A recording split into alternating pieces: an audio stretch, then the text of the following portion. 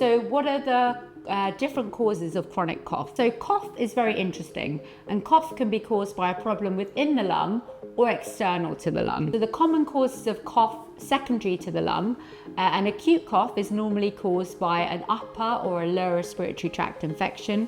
It can be caused by inflammation within the airways, so that can either be in the form of asthma, or it can be in the form of chronic obstructive pulmonary disease. Other very common causes of cough are things like acid reflux coming up, irritating the vocal cords and causing you to cough.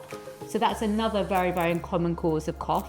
And then if we think about something happening from the upper airways dripping down, post-nasal drip, so mucus dripping from the back of the airways onto the vocal cords can also cause cough. So these are the commonest causes of cough. When we see a patient with chronic cough, so that's normally a cough that's been present for more than 8 weeks, we have to establish, is the cough dry or is it with mucus? If it's with mucus, have you already had some antibiotics? Have they been a very short course? Have they appropriately treated that infection?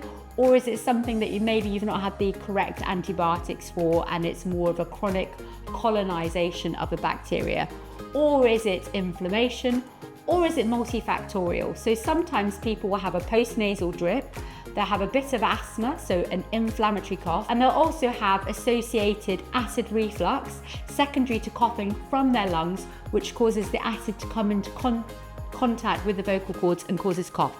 So sometimes it's quite complicated to really establish the treatment of cough.